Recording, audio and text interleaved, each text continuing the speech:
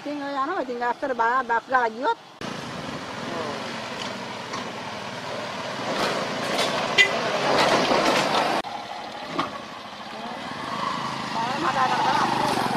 පාර මාර්ගය කැඩලා තියෙන්නේ. අපේ ළමයි මේ ඉස්කෝලේට යන්නේ. මේ අපි නැත්තම් හතර වටේ ගෙනියන්න ඕන ළමයෙක් ඉස්කෝලේට ගෙනියනකොට. මේකේ පාරම කැඩලා වැටලා තියෙන්නේ. මේකේ ලොකු වාහනක් යනවා. අපිට මේ පාරම හදා දෙන්න තමයි කියන්නේ. මේ පාරෙන් තමයි හැමෝම මේ පාරෙන් තමයි යන්නේ. හැම දෙයකම යන්නේ. මේක දිස්පැන්සිලියට, උවලට, කනිෂ්ඨ ඉස්කෝලේට, ටවුමට හැම දෙනාම යන්නේ මේ පාර තමයි. හැම වාහනයක්ම යන්නේත් මේ පාරේ. ඒක තමයි කියලා තියෙන්නේ. කුඹුරු වලට යන්නේ වැඩියෙන්ම. කුඹුරු ගෝයන් කපලා වීගේ එන්නේ මේ පාරේ. හැමදේම කරන්නේ මේ පාරෙන් තමයි. මේ පාර හදන්න කිසිම කෙනෙක් උනන්දු වෙන්නේ නැහැ. දැන් අවුරුදු කීයක්ද මේ පාර මෙහෙම වෙලා තියෙන්නේ? ගිය අවුරුද්දත් ඔහොම තමයි පාත් උනේ.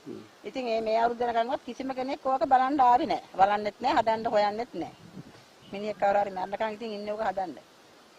පාරෙන් තියක් මහා මාර්ගයේ තියා, බාහිර මාර්ගයේ තියා කිසි කෙනෙක් ඕක හදන්න බලන්නේ නැහැ. අපිට කඩේට පිටකට හරි යන්න තියෙන පාර. අපිට බෙහෙත් ටිකක් ගන්න යන්න තියෙන පාර. ළමයෙක් ඉස්කෝලේ ගිහින් යන්න තියෙන කෙටිම පාර. මේක හදන්නේ නැහැනේ. මේකේ තමයි මහා ප්‍රධාන පාර යන වාහනත් යන්නේ. මේකේ බස් නැතුණාට අනිත් වාහන ඔක්කොම යන්නේ මේ පාරේ.